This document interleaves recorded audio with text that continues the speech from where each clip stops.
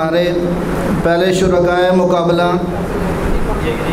جناب خرم شیر احمد درجہ اولا یہ نمائندگی کر رہے ہیں جامعہ صدیقیہ گلشن معمار ضلع نیلم آزاد کشمیر سے ان کا تعلق ہے۔ میں ان سے التماس کرتا ہوں کہ اسٹیج پر لائیں اور اپنے خیالات کا اظہار فرمائیں۔ جناب خرم شیر احمد، ان کا موضوع ہے دعوت و دین میں حکمت و بصیرت سیرت طیبہ کی روشنی میں۔ 4 منٹ میں یہ جلے گی، 5ویں منٹ میں یہ جلے گی۔ اس کی جلنے سے پہلے جب یہ جل جائے نا تو آپ نے کوشش کریں اس کو سمیٹنے کی۔ مائک نہیں ہے نا؟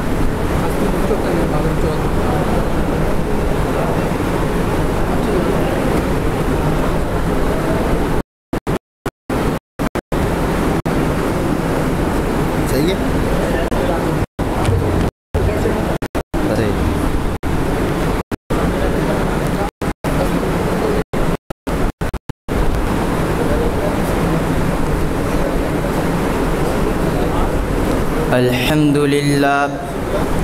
الحمد للہ وحدہ والصلاة والسلام علی من لا نبی بعدہ اما بعد فاعوذ باللہ من الشیطان الرجیم بسم اللہ الرحمن الرحیم ادعو الى سبیل ربک بحکمت وموعظۃ الحسنۃ وجادلہم باللتی ہی احسن صدق اللہ العظیم وقال النبی صلی اللہ علیہ وسلم من دل علی خیر فلہ مثل اجر فعلی او کما قال علیہ الصلاۃ والسلام۔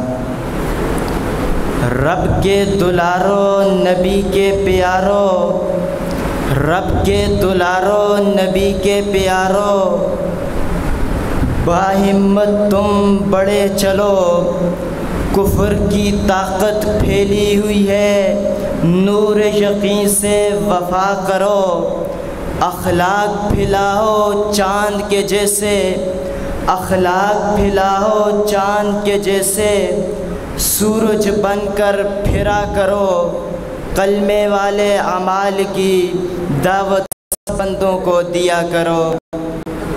انتہائی واجب الاحترام قابل تکریم علماء اکرام، عدل و انصاف کے منصب پر تشریف فرما منصفین اعظام اور بزم علامہ انور شاہ کشمیری میں شریک عزیز طلبہ ساتھیوں، آج کے اس پروکار محفل میں جس موضوع سخن کو زبان کی زینت بنا کر حاضر ہوا ہوں وہ ہے دعوت دین میں حکمت و بصیرت سیرت طیبہ کی روشنی میں۔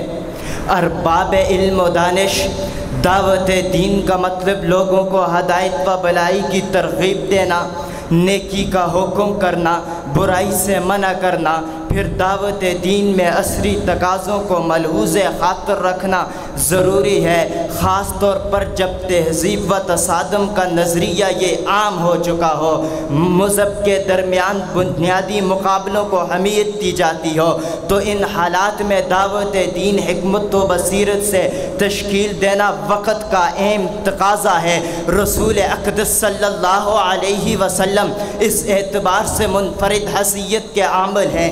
آپ علیہ السلام نے تمام مراحل کا نمونہ بھی دیا ہے، چنانچہ جب آپ علیہ السلام دعوت دین لے کر طائف کا رخ کرتے ہیں تو طائف والے دعوت دین کو قبول کرنے کے بجائے آپ پر پتھروں کی برسات کر دیتے ہیں، جس کے نتیجے میں آپ لوہے لہان ہو جاتے ہیں، مگر قربان جاؤں میں حکمت و بصیرت کے بادشاہ پر آپ نے انہیں اینٹوں کا جواب پتھروں سے نہیں دیا بلکہ صبر کا مظاہرہ کرتے ہوئے صبر سے کام لیا تاکہ رہتی دنیا تک حکمت و بصیرت کی مثال قائم ہو جائے۔ ہاں جناب، بات یہاں رکتی نہیں بلکہ طباق ابن سعد یوں گویا ہے اگر آپ کو دعوت دین میں حکمت و بصیرت دیکھنی ہے تو یہودیوں اور عیسائیوں کے وفد سے بیس و مباحثہ دیکھ لیجئے اگر آپ کو دعوت دین میں حکمت و بصیرت دیکھنی ہے تو غزوہ حنین کے موقع پر حضور کا غیر مسلموں کو مال غنیمت میں سے حصہ دینا دیکھ لیجئے اگر آپ کو دعوت دین میں حکمت و بصیرت دیکھنی ہے تو فتح مکہ کے بعد 2000 سے زائد لوگوں کا مسلمان ہونا دیکھ لیجئے اگر آپ کو حکمت و بصیرت سیرت طیبہ کی روشنی میں دیکھنی ہے تو حضور کا معاذ ابن جبل کو یمن کی طرف روانہ کرنا دیکھ لیجئے اگر آپ کو دعوت دین حکمت و بصیرت سیرت طیبہ کی روشنی میں دیکھنی ہے تو حضور کی پوری زندگی دیکھ لیجئے حضور کی پوری زندگی دیکھ کر حضرت مالک ابن عوف یوں پکار اٹھتے ہیں ما ان رأیت ولا سمعت بمثلہ فی الناس کلہم بمثل محمدی سامعین ذی وقار۔ بات یہاں رکتی نہیں، آپ علیہ السلام نے دعوت دین حکمت و بصیرت کے ساتھ پھیلایا۔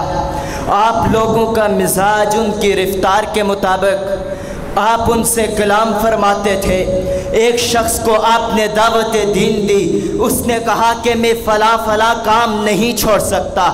آپ علیہ السلام نے اسے حکیمانہ انداز میں سمجھایا تو وہ پکار اٹھا شہدت بأن اللہ حق وعنیہ لآلہتی اول تارکہ سامعین ذی وقار۔ ایک مغربی مصنف نے تاریخ میں اتنا عظیم انقلاب نہیں لایا جتنا عظیم انقلاب امام الانبیاء لائے۔ جب اس کی جڑوں کو کھدلا گیا تو وہاں پر حکمت و بصیرت چڑھتے سورج کی طرح روشن نظر آتی ہے۔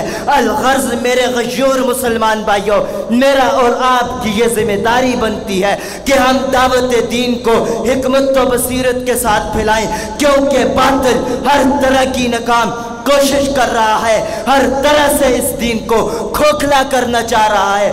آخر میں اتنا ہی کہنا چاہوں گا، داعی بن کر زندہ رہے، نقش نبی پر چلتا رہے۔ داعی بن کر زندہ رہے، نقش نبی پر چلتا رہے، راہ خدا میں پھرتا رہے، حق کی دعوت دیتا رہے۔ یار زندہ صحبت باقی، زندگی رہی تو پھر ملاقات ہوگی۔ وآخر دعوانا ان الحمدللہ رب العالمین۔